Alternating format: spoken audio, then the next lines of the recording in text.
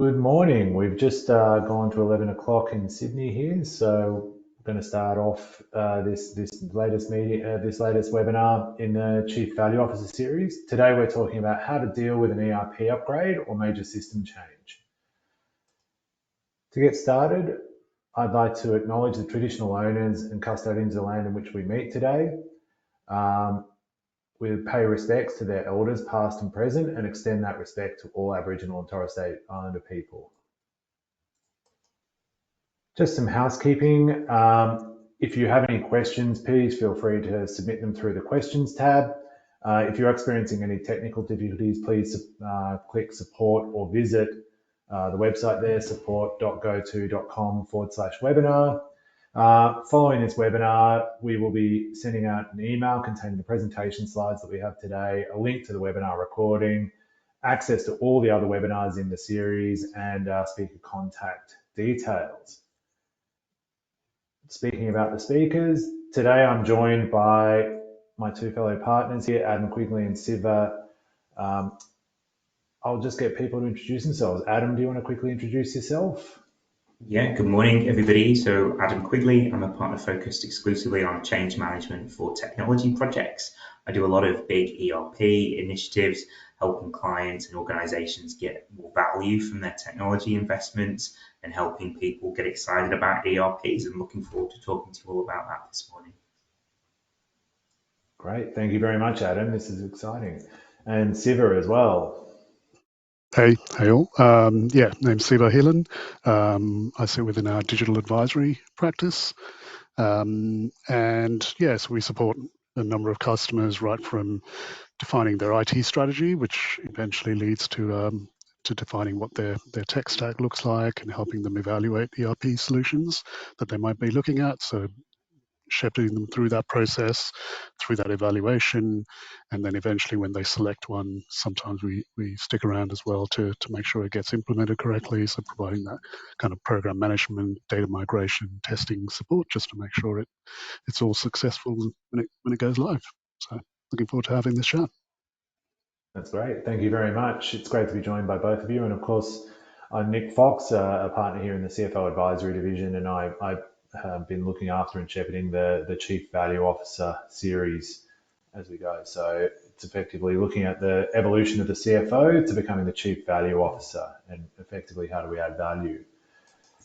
To that perspective, we talk about what does the finance function of the future look like, and it is around those CFO themes. Now, this has been released by BDO, and we're looking today really at that digital transformation piece of this wheel. However, the really big thing that we want to touch upon here, and this is why we've got the dots, is that nothing actually happens in a silo in this world. So we also have to look at risk management, stakeholder management here, talent, skills, and workforce resilience, data analytics, as well as the digital transformation.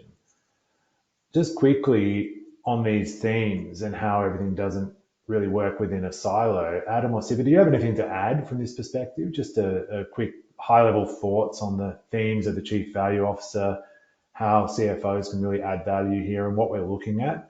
Whilst people may think we're thinking about digital transformation, it's not only that working by itself.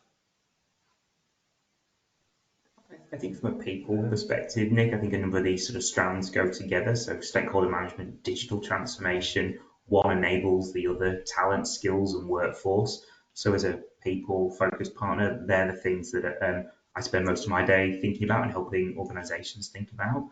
And so from a CFO perspective, I know they're the critical components of a finance function and of an effective organization. So I just look at this wheel and find just how many of those things are critical to enabling one another. I agree with that. Siva, do you have any thoughts just at the beginning, the outset? Yeah, I think just to add on to Adam's comments there, I think, we often think of, when we're upgrading an ERP, we focus really on the technology. But what we find in most programs and most digital transformations, it's a very small part of it. Typically, it's the one that kind of goes well most of the time. It's all the things that are around it that are the challenging bits, which I hope to have a bit more of a chat about today. That's great. Thank you very much. Now we might just go into a poll. We're going to ask a couple of questions of everyone. to gauge where everyone in this webinar is on their journey. So today, is your organisation already on an ERP journey?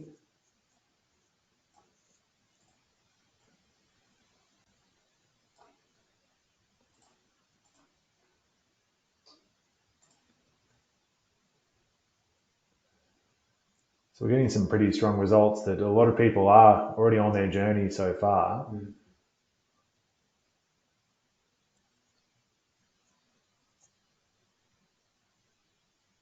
Yeah, Nick, and I think, and this kind of demonstrates, right, it's kind of a critical piece often in a digital transformation that we talked about previously. You know, the ERP, often when we do IT strategy, the ERP is the first kind of cab off the rank to really drive that organization through a change because it is the foundation, which you then add on other bits to it, such as the customer experience, such as sales and marketing, etc. But really, yeah, it forms a foundation. So I'm not surprised by some of these results here.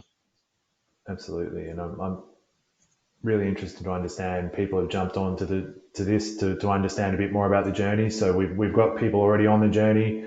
We're just going to flash up our next poll. So if so, what stage on the ERP journey are you on?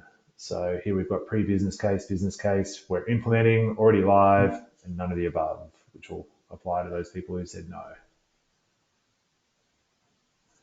It looks like we're getting a good mix here along the whole journey.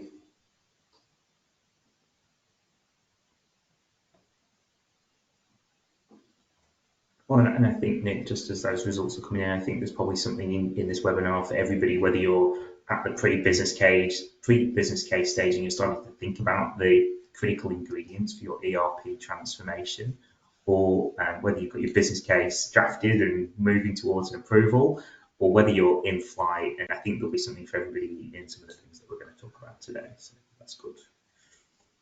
Absolutely. So it looks like we're almost evenly spread across all the different areas. So that's really interesting.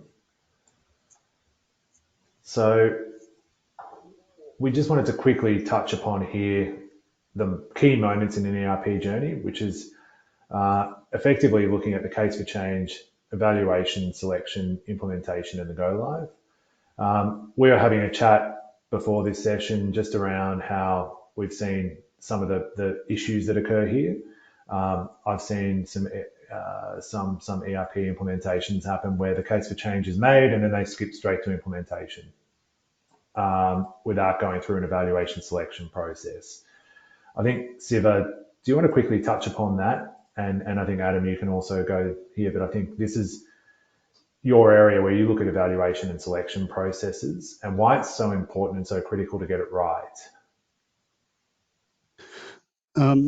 Yeah, absolutely. I think there's often a large array of products out there that will suit a client's requirements. So really we find through the evaluation process, it's got a few factors to it. One is the stakeholder engagement, so bringing them on that journey with us. So gathering their requirements, making sure they're fully involved in that process. And then actually evaluating, and there's different ways to do this. We can do it through either, a formal RFP, which then goes out to market. You come back, do some oral presentations, etc. So that's kind of one path that clients choose.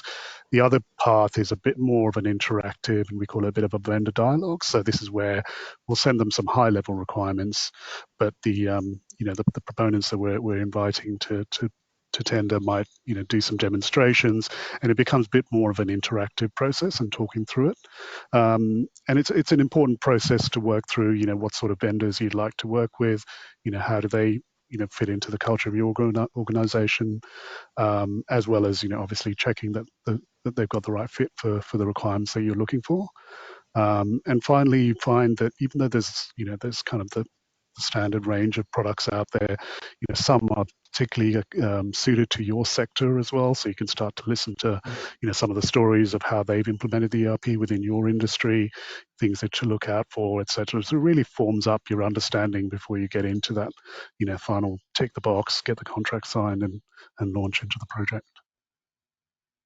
I think that's a really good point. You touched upon culture in there, and I think, Adam, this is more about your piece, but I think when you're going through the evaluation and selection process, picking the right vendor from a cultural perspective, but it also sounds like we're bringing our people on a journey, and you're the expert here. I think that's an important piece. Yeah, I completely agree. I think making sure that there's agreement between the finance team, the CFO, the finance leadership, the CIO, in finding the SI, so the system integrator, the person that's going to build the technology or solution, that build the system for you, that you're aligned around them as a partner, and that's what this is. It's a partnership, that the technology is right for you. And of course, that there's that cultural alignment, that there's a mutual reciprocity in terms of how you're going to get the project done, because these ERP projects are hard and they take a lot of emotional energy, they take a lot of business energy, and so getting the technology selection and the vendor, the SI right, is critical. And then, of course, making sure that you've got your change management in your business case, because we know that it's a critical investment in realizing the value of the ERP, and whether you're a small organization or a big organization, we know for a successful project, you've got to get your people on board, and culture is a critical part of that as well, and making sure that people are buying into what this new ERP is going to give them. What are the benefits? Why do I need to get on board? Why do I need to get off Excel and get into a new system and move from one system to another? So making sure it feels really personal for people, and that people understand the benefits as well, is really, really critical. I think that's a really interesting part, because I've actually worked with clients, and I think as well what you're also talking about there is the amount of clients that I've seen where they look at exceptions and they want to fix all the exceptions, but they've got to understand what they're actually buying, right? And you take them on that journey, that the whole thing isn't a disaster because it doesn't do this one little bit. It's actually making the whole business a better and more efficient place. Sorry, that's just a thought I had. It's in a part of the journey. I'm just going to stop sharing my screen, because we do have a couple of good questions that have already come through. In terms of this, what would you view as the tipping point to move into an ERP system? Who'd like to handle that as the first? Yeah, I can jump in on that one to start with. I think a lot of it is around, how much time you're spending currently with your processes. How much manual time are you spending? How much time is being waited? Are you waiting on for management reports to be created? So the number of days, weeks potentially that be happening for. Are you filling in spreadsheets? Is there a lot of spreadsheets kind of attached to your system? And it might be little plugins that you've added to existing systems. So is that kind of proliferating and growing, and starting to become unmanageable? So those are kind of the things that you really do feel. I think there's some hidden kind of things as well, around compliance challenges that might be happening. Are you taking longer to make decisions? So those are all kind of things that come up to the surface to say, actually, this is probably the right time. We're kind of outgrown what we have now. We've got these big plans to grow our business, and have we got, as I said earlier, that foundation to set us up for success. So yeah. And I completely agree with Siva. I think the ability that an ERP provides in terms of that future growth, yes, for compliance, yes, for workplace and workforce productivity as well, and yes, sometimes actually for customer experience, there's some of the trigger points that says, hey, it is time to get onto an ERP. And as I say, you may be an organization that's thinking about buying another business or merging with another organization, or maybe you're about to list, or maybe you're listed but you've still got big growth aspirations. Growth, compliance, workforce productivity, customer experience, they tend to be the big drivers of organizations wanting to get onto a more sophisticated ERP platform. And probably just one final thought on that is, I think in terms of, for those of you that are sort of pre-business case or at business case stage, I think my reflection is executives are more likely to back a change, to back that investment in a new ERP when they see it as a business enabler and not just an IT upgrade. That's really important. It's, what is a new ERP going to enable your organization to do differently in terms of growth, in terms of compliance, in terms of productivity, rather than just, oh, look, we need to upgrade because we've got to upgrade. That's a really, really good point. I think both of you made the point that I like there is effectively as well backing your growth aspirations sometimes. I've been in plenty of businesses where their growth aspirations are huge, but they don't want to spend the money to back it. And I'm not saying you have to throw huge amounts of money at some of these things, but you actually have to spend a commensurate amount of money to actually and put the effort in. I think that's the other half, putting the appropriate amount of effort in to actually manage the growth of the organization and back the growth of the organization. So further to that, we hear lots of stories of ERP projects that could have either failed or overrun. What's your thoughts on why this happens so frequently?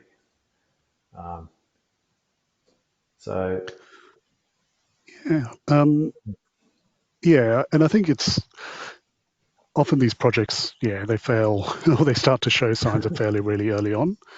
So that's why, spend a lot of effort early on to try and obviously work out the right products the right product that you're going to select, really define what your business processes are, and, what that future state business process looks like. So really invest some time up front, because all of those things, because often when we start a new program of work, we start slowly.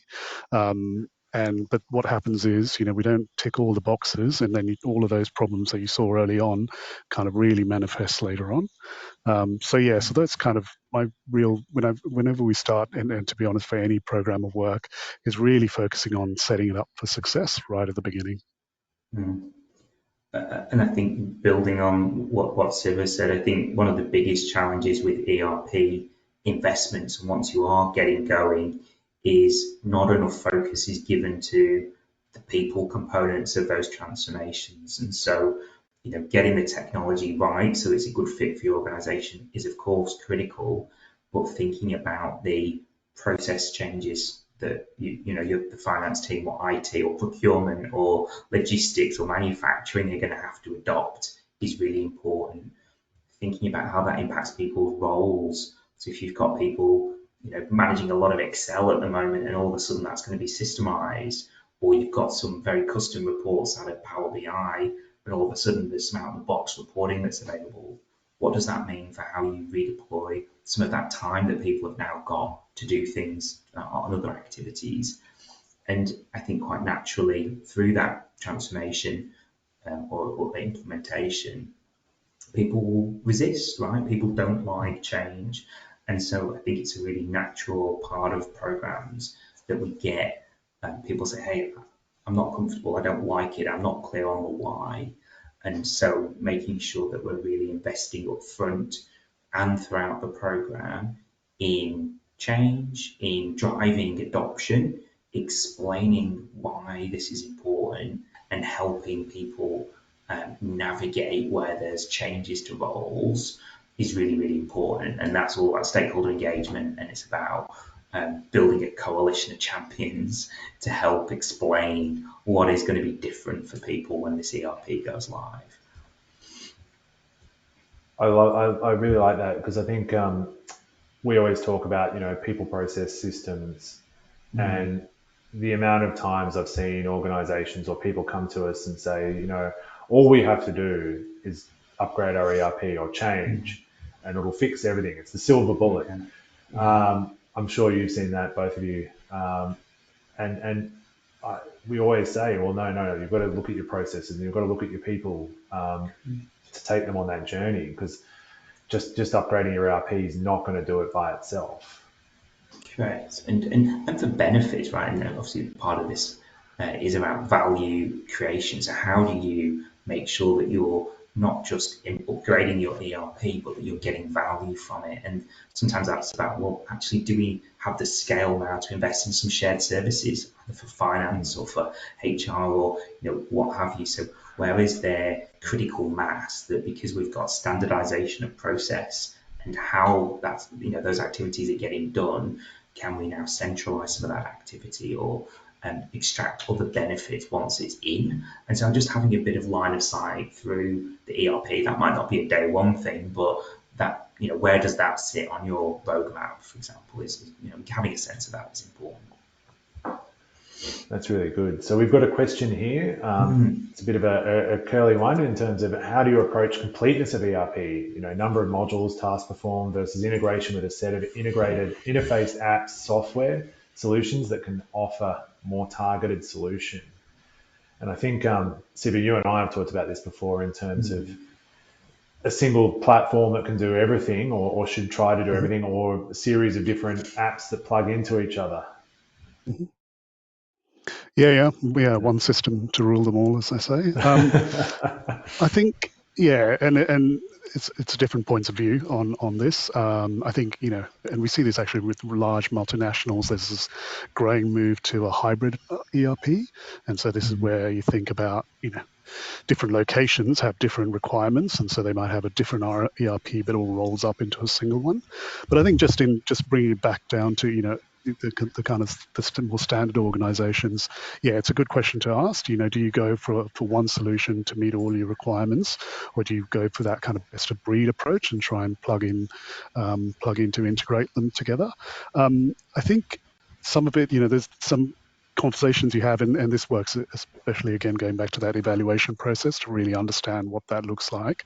But some of the questions you've got to ask yourself, as soon as you start integrating, there's a certain level of maturity and technology maturity that your organization's got to be comfortable with, because integrating two disparate systems is often tricky. It can be done, and again, as I said, you get potentially the best of both worlds, but you've got to be really clear on what that integration looks like, how the data gets transferred between the two systems. Look at the roadmap for those two applications, and are they going to be aligned to each other as they go forward? So there's a lot of discussion that has to be had, and we kind of advocate either option depending on the client, in terms of which way. Most of them do choose that single solution just because it is simpler. It's less fraught with challenges, but the other approach is equally possible as long as you're aware of those risks and managing them as you go forward. Adam, do you have any thoughts? Probably my only thought would just be, once you've got your technology roadmap and how you're going to sequence things, thinking about how you keep people engaged through that journey, because many technology projects, I've certainly been on a number where they've been 12, 24, 36 months. For big organizations, obviously a lot quicker. You might do it in less than 6 months on a smaller organization, with less than perhaps 100 people, for example. But the longer it goes on, the more risk you've got of people disengaging. And so I think you've got to think about, yes, what functionality, what modules you need. How do you get to something which is maybe MVP? Like, what is the kind of core that you need to do to be effective and to give you some benefit? And then what goes on the roadmap to be kind of for you to come back to. And then, as I said, what can you sustain from a people perspective? Because of course you've got a business to run, right? This isn't the only thing going on in your organizations, and people have got many, many things on. So sometimes the longer these things go on, the harder it gets to kind of keep people on the bus. So that's probably just my only other thought on that. That's a really useful tidbit there. I think as well to expand as well on some of the stuff that Siva said is, I've worked previously with a lot of Xero clients, and you almost have a maturity curve there where the Xero ecosystem or the MYB ecosystem is actually a plug-in modules, and they actually plug reasonably well with each other.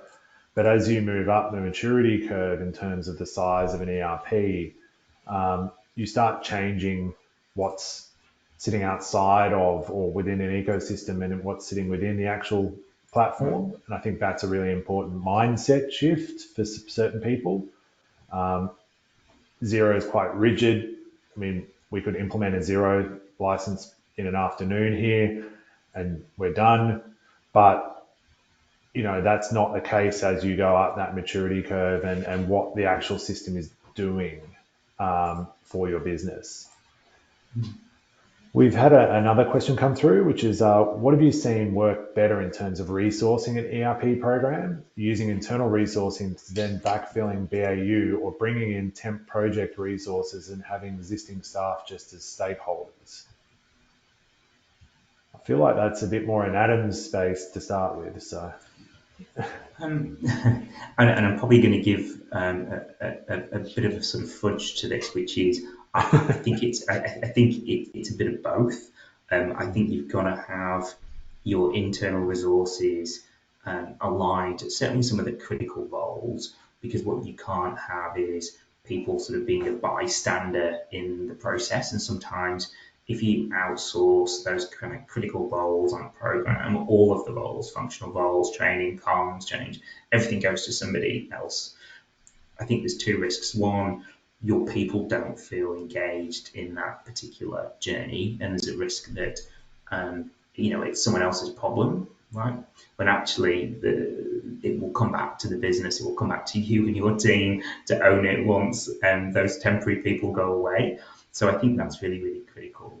And so how do you sort of get a sufficient mix of both? So kind of SI, change, project management office resource, and who may be external, plus some of your people in key roles, so that you are building knowledge and muscle for when the program does go live, and that all that knowledge doesn't then just walk out the door.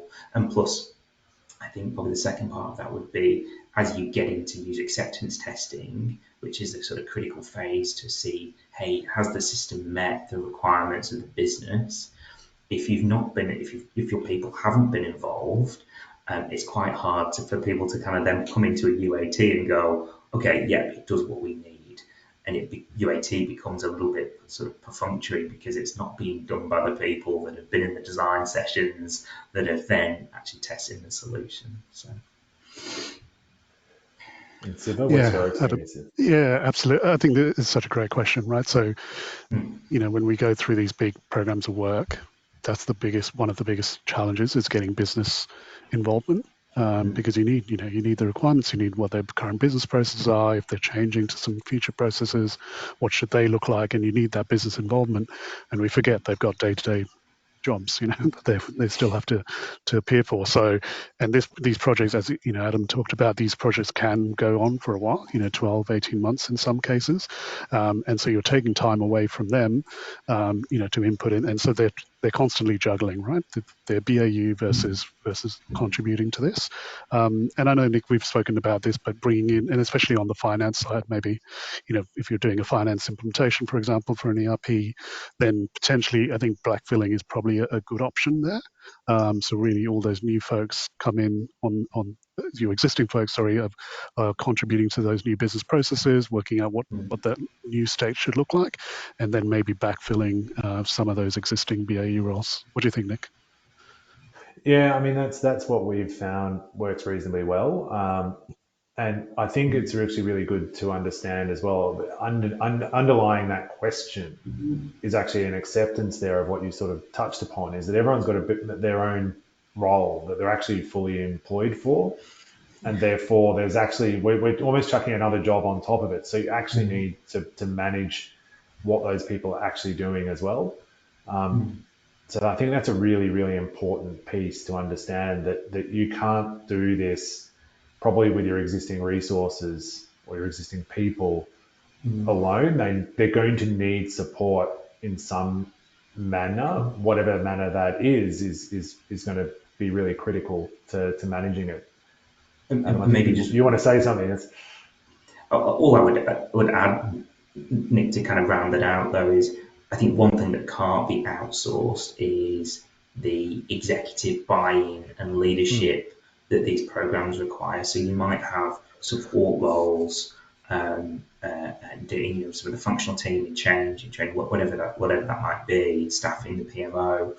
But in terms of having your finance executives or other key stakeholders in IT and HR, procurement, out in the business engaged, actively championing the change, role modeling the new behaviours, holding their teams accountable for adoption. those things can't be outsourced. And so there's definitely there's at least a thin layer of business resourcing that's got to sort of run through these projects for sure. I think that's a really important piece. I was actually speaking about it with someone the other day. Is that I may disagree with the direction we're taking, but as long as we've taken the decision, I'll be on board and bought in. We've had another question. Keep the questions coming. There's a lot coming through, which is really good. So one of the recurring challenges I've seen is that ownership can sometimes turn into gatekeeping. This makes it difficult for other departments to evolve technology to support their own workflows and innovation.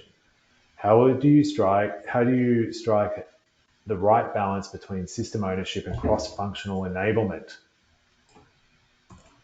It's a very interesting and question. So, Siva, you look like I'll give it a go. And I think, and maybe this, we can clarify this and talk about it in different scenarios, but I think maybe it talks about maybe, and we'll push forward a bit, after you've gone live potentially with your ERP, who has eventual ownership of the solution, and how, because it doesn't stop there, right? Because it's, again, a danger point. You say, okay, we've launched everything, the data's all migrated, we're done, let's move on to our next project. But we know that, these are, again, every technology that we implement, we need to have a roadmap for it. It needs to be continually evolving and continually improving to support any new business processes or enhancements, right? And so, and this is it's an important, and it's an important change of mindset as well. I think we moved from the point of, because, back in the day, I suppose, you used to hand over these requirements to your IT department. They'd go off and build a solution, and come back to you and say, here you go, that's your solution. We've, obviously there's a big change now in terms of how business and IT work together, both through the project and also once it's gone live as well, working through, okay, what does that scenario look like post go live, and really bedding it down. I think in terms of still treat it as a project. So as new enhancement comes up, how do you prioritize those things? How do you work through the solutioning of those, etc. So keep that iterative process going through. We will talk about agile now in terms of how we build projects, and I think that agile kind of mentality has to flow on to the next phase as well.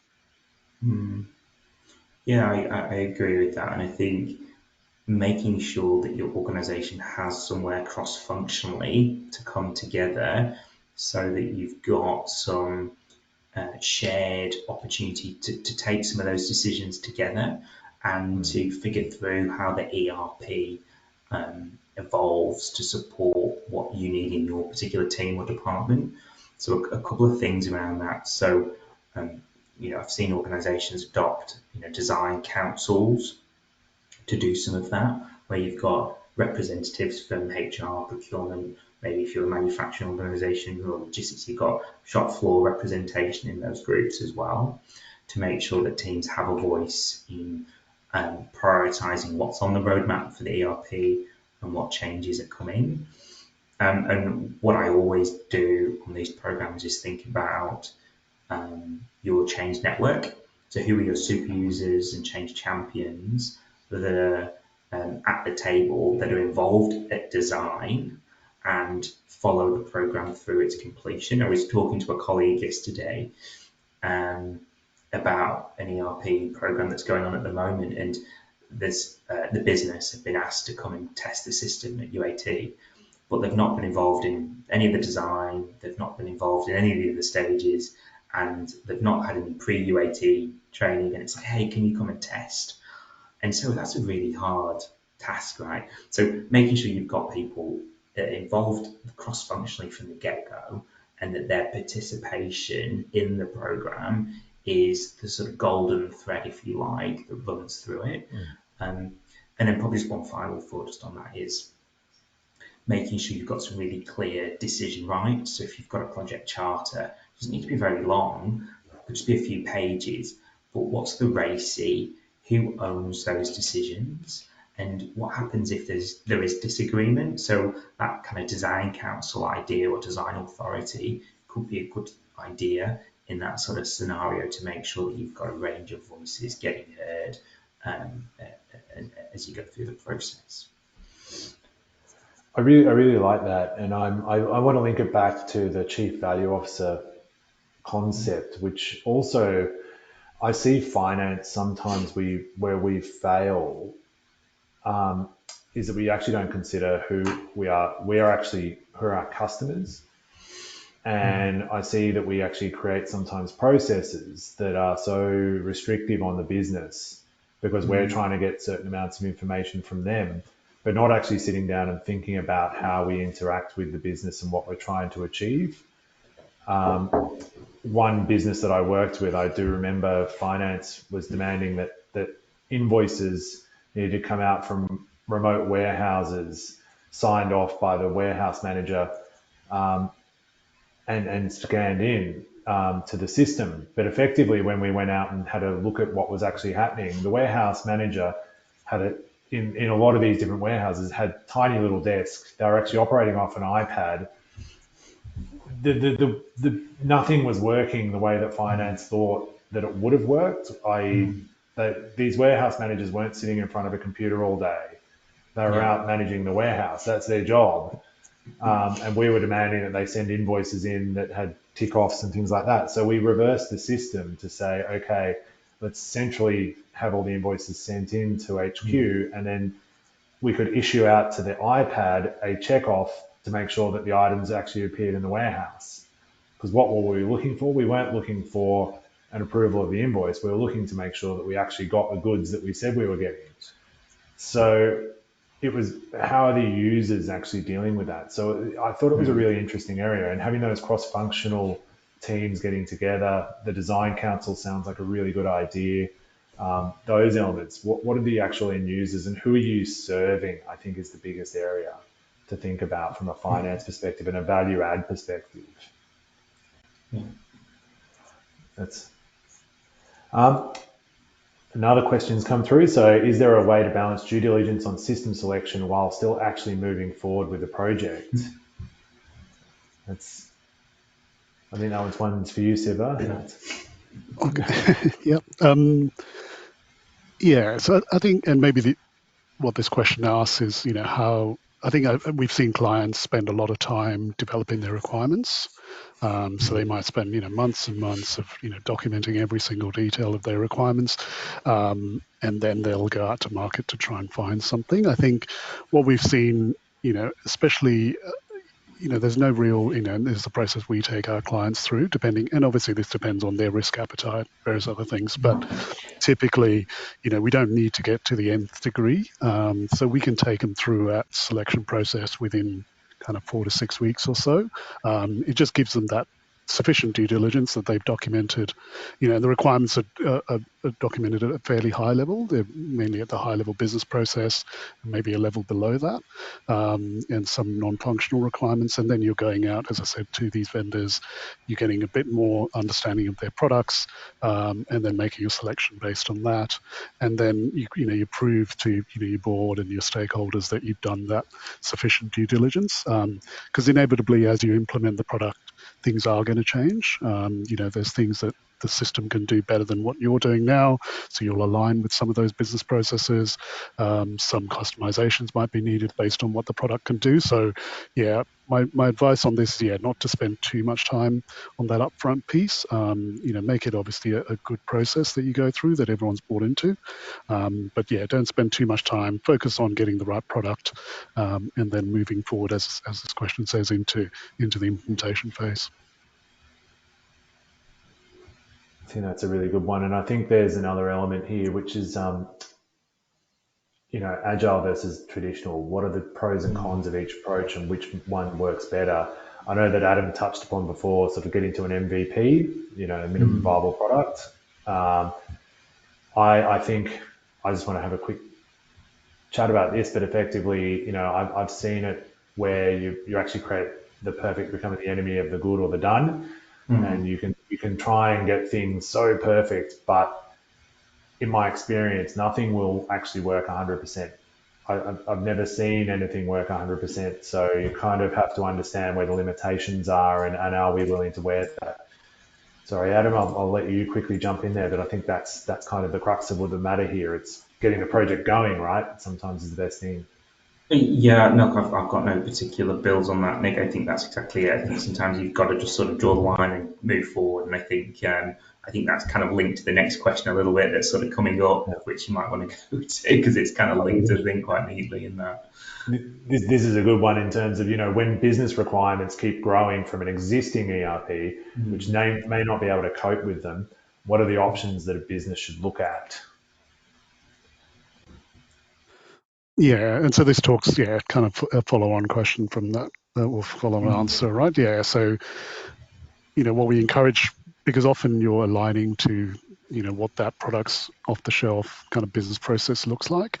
So that's really your starting point, and you're trying to configure your system according to that. Now you might have specific requirements that are unique to your business, but you've got to really look at those very critically, because any customization you're going to make is going to have a big potentially a downstream impact, right? In terms of your ability to upgrade, obviously the development time, the test time, and all those good things. So this question around your requirements continuing to grow, I'd encourage you to try and align with what comes out of the box, and really you're ideally just tweaking it around the edges, so that and any customization, and maybe comes back to Adam's comment there in the design council. We see these various governance groups that can be set up. So it might be a business assurance group or a technical assurance group that really critically assesses whether that customization is really required, and go through a really robust decision making process. Because you can make that decision now, build it, but those downstream impacts that you might only see in maybe a year or 2 years time might really affect you. So have a really clear idea on what you're agreeing to there. Yeah, I agree with that. And I think my sort of take on this question a little bit was, what do you do when your ERP requirements outgrow your sort of current system capability? Well, you've got three options, right? You either optimize what you've got, can you streamline what you already have, can you retire workarounds, can you simplify, or can you better use maybe underutilized functionality? The second option is, can you extend that functionality with complementary tools and bolt-on solutions? And we see a lot of that. A lot of clients, particularly as business gets more complex, have got other systems built in and integrated into an ERP to give them more stretch and scope.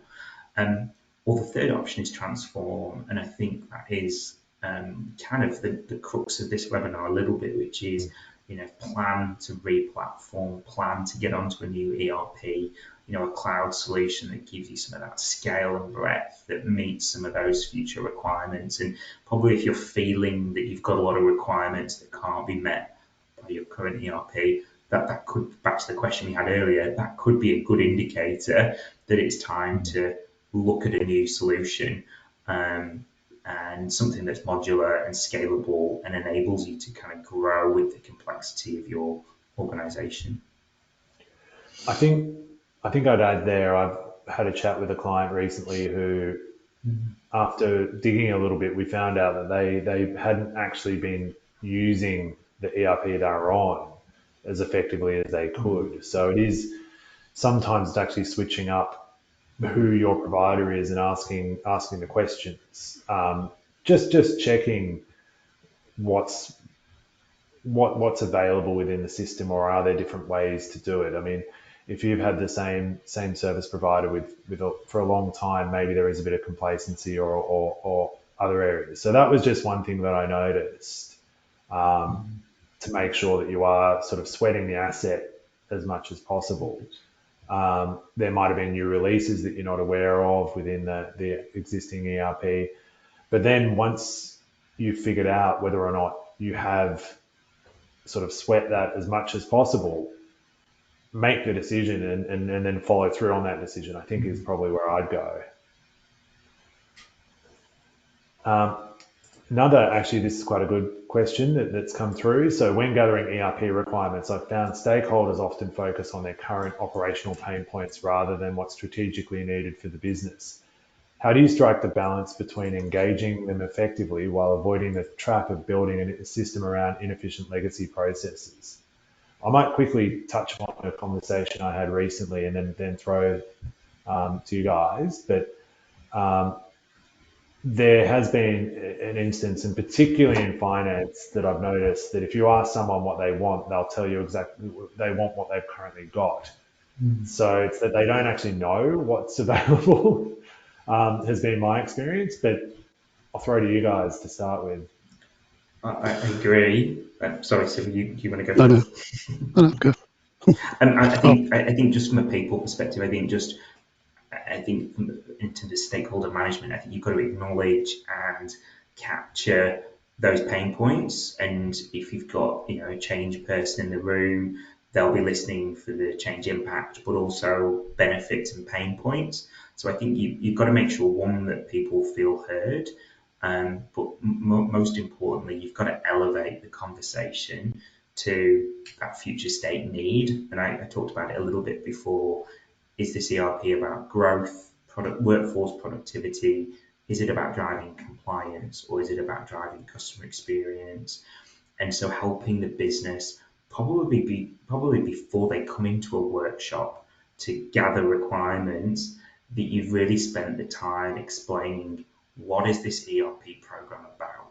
Why are we doing it? For what reasons? Where does the business want to be going? Is it that we're acquisitive and we want to acquire new organisations, or we want to grow into new markets, or we need to reduce compliance risk?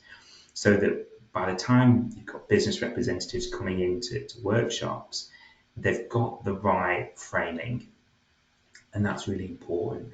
So I think what I see sometimes with ERP projects is people just sent a bunch of calendar invites to turn up to a workshop, and that then ends up being, well, I kind of going to next point, recreate what I've already got, or it ends up being a session to kind of complain around things that aren't kind of working at the moment, so pain points. So getting people across what the aim is up front is really, really important. That's great. Yeah, I think absolutely right. And I think, and you talked a bit about the workshops as well. I think that we call them discovery workshops in a program of work such as this, and it's really important that you've got the vendor there who's really demonstrating what is available in the solution, really getting them excited. I think I find sometimes, the vendor might, through the selection process, they're showing them all the bells and whistles, and I'm sure we'll get to at some point around AI and all those cool things that you can do. But that kind of is left at the back. And then once you start a project, we're not selling. And I think you still have to be selling during a project to say, okay, this is why, this is all the benefits you're going to get. And during that discovery workshop, you'd almost reserve a small part just to say, these are the potential things that we can look to do. We might not do it for this project, but in the future phases, this is once we get all these things in, just to get them really excited.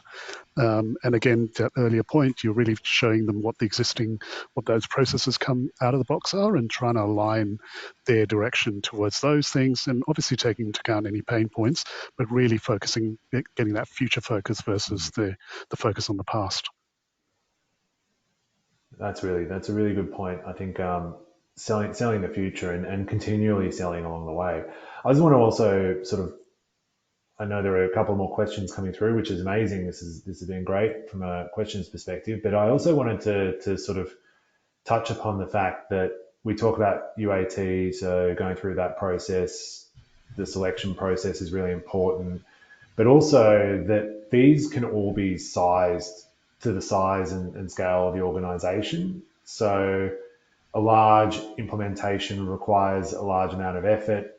A smaller implementation, if I was thinking, going from a Zero to, say, a NetSuite, for instance, still requires effort, but it doesn't require the same effort as, say, implementing a SAP S/4HANA, for instance, on a global organization. So, but it's basically making sure that that's right sized. You still need to put that effort in through the process is something I think Adam and I were having a quick chat about that earlier. I think it's really important to make sure that you are putting the effort in to get the value out of what you're actually doing here. Another question. So, when looking at a system selection, what approach do you take to decide between a longer established and widely adopted system with a proven track record versus a newer, less proven system that appears to offer better tech? Tech is moving so quickly, and some of the incumbents don't appear to be moving as quickly given their market dominance. I think this is touching upon what you were saying with AI. Maybe this is a good segue to bring AI in. Yeah, maybe any excuse. Needs. Yeah, and it's a good question, right? I think anyone can now build using AI. I suppose you could build applications now from the ground up quite quickly.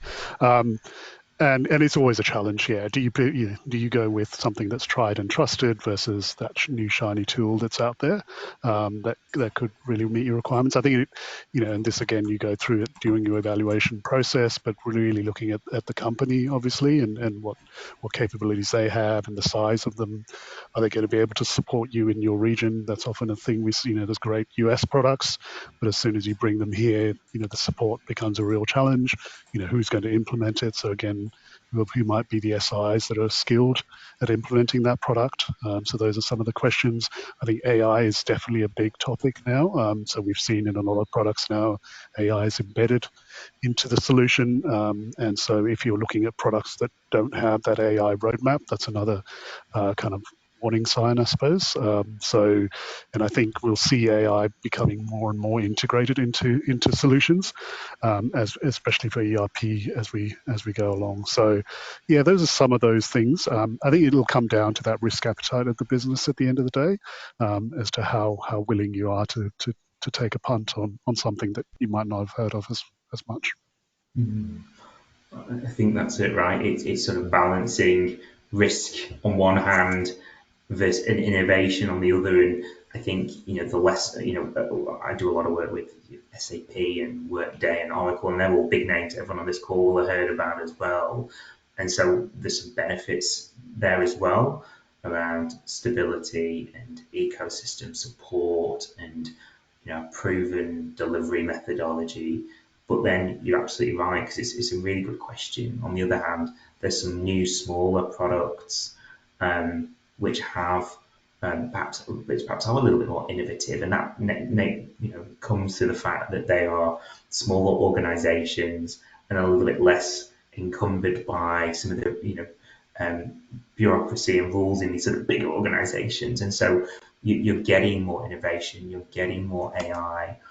And it's not to say that the big vendors like SAPs aren't doing some of that. So, for example, SAP have announced in SuccessFactors that there's going to be in their HR HCM product, which is the kind of core HR system, AI accelerators and using built on WalkMe functionality, for instance.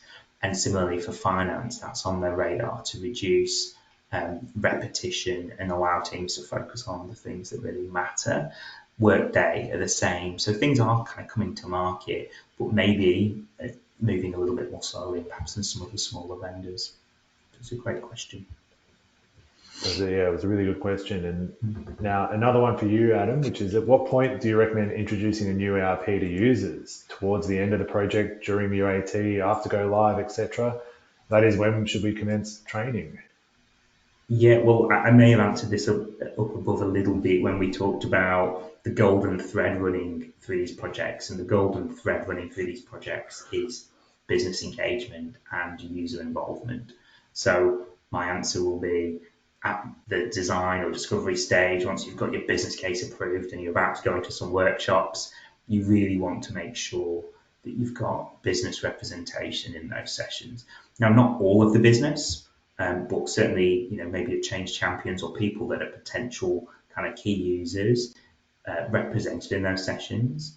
I go out typically more broadly to the business, 4 or 5 months pre go live. So that's when I would sort of be doing a wider knowledge share of what the system is and what it's about. What you kind of want to avoid is training or UAT being the first time that people are seeing the system.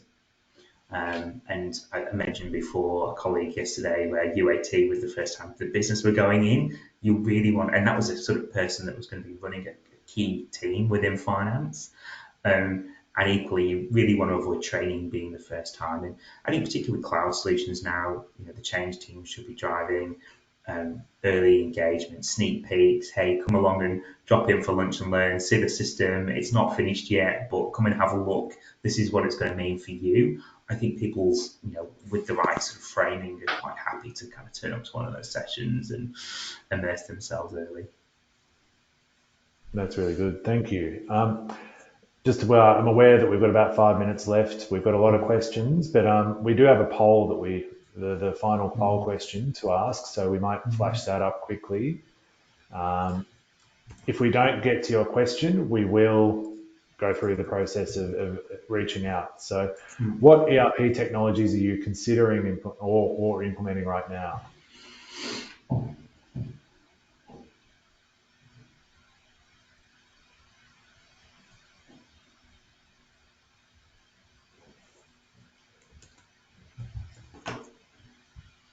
So we're getting a pretty interesting spread here. A lot going for Microsoft.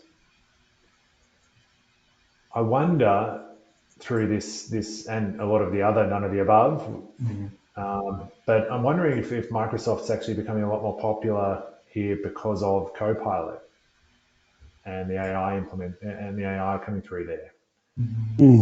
I think we've seen, Microsoft definitely, how it's obviously embedded in your ecosystem now. It's pretty prevalent. And absolutely, Copilot has made a big leap into that Microsoft space. I think, but we've seen even with Oracle and SAP and even some of the smaller ERPs, integrating AI in is not, it's still possible and it's still, a growing part. So I think it's a bit of a mix there. Yeah. All right, we might end that poll. Thank you, everyone. I'll ask one further question. So we're currently working towards an ERP implementation at the moment. However, we're focusing on the systems and processes absent of any material structure, organizational or team capability changes. How do you get the full value of a finance transformation in terms of harnessing the efficiencies that are unlocked by an ERP so that we can drive better decisions and grow the business? On benefits and the reason of transformation, any tips around tying the ERP implementation to better business outcomes, e.g. increased growth, better margins, profitability, et cetera, et cetera? I think you got to call Adam, but anyway. I think it's a great question. And I think, that a lot of organizations focus on the system and processes in an ERP because ultimately that's what these projects are oftentimes about. And sometimes the structural changes, team changes kind of come post go live. And that's a perfectly legitimate strategy, right? To go live as is with your as is structures and team, and then to kind of come back post go live. And naturally, these programs demand new capabilities. So our master data governance, for example, that might not be something you do much of or have much of. So there's new roles oftentimes that we need to kind of go to market and hire. And as I said before, there's sometimes roles that just are changed because there's more automation. And so coming back to that post go live, having it on the roadmap to come and do is really important because that is key to unlocking some of that value, exploring shared services, other things that you might want to do. And then the other question, the other part to that was around tying it to the ERP to better business outcomes. Absolutely. This is what it's about, right? More growth, better margins, reduced risk, reduced complexity, simpler time to market, all of those things. What I would say in terms of tying those things together, though, is make sure that your executives and those sponsoring the program, some of whom might be on these calls, it's in their KPIs as well, that your leaders are going to be measured on the success of the ERP, and that flows down as well, right? So that one, you're aligned around what the ERP needs to do and what the benefits are, and two, that's how people are then going to get measured. So that's also really, really important. I find drives a lot of focus in the organisation when it's in someone's KPIs for the year as well. Siva, do you have anything to add to that? No, I think Adam's covered it pretty well there. I think it's an evolution. So yeah, don't treat it as a kind of one and done when it's launched. Really focus on continuing to get value and driving value out of the ERP. That's great. Look, we're bang on time. Thank you very much for everyone who's joined. There are some other questions that we haven't been able to get to, so we'll endeavour to answer those directly through an email to you guys who have asked those questions. So thank you very much for everyone. Quickly before we go, Siva, where can people find you? I think LinkedIn is a good way, but yeah, Yep. based in Sydney, obviously, yeah, reach out to BDO if you need some support really on some of that evaluation and selection process that we talked about, or helping you through that kind of program management. Great. And Adam, what about yourself? Yeah, same. I think anybody, please just add me on LinkedIn. We're pretty good on there. And if you've got any questions from a change or people perspective, really happy to kind of pick those up and organise some follow-ups if that's helpful in terms of where you're up to with your ERP. Thank you very much. Do appreciate your time, and we'll see you for the next in the series of the CBO webinars. Thank you. Thanks, everybody. Thanks, Nick. Bye. Thanks, Bye. Nick. Thanks, Siva. Thanks. Cheers.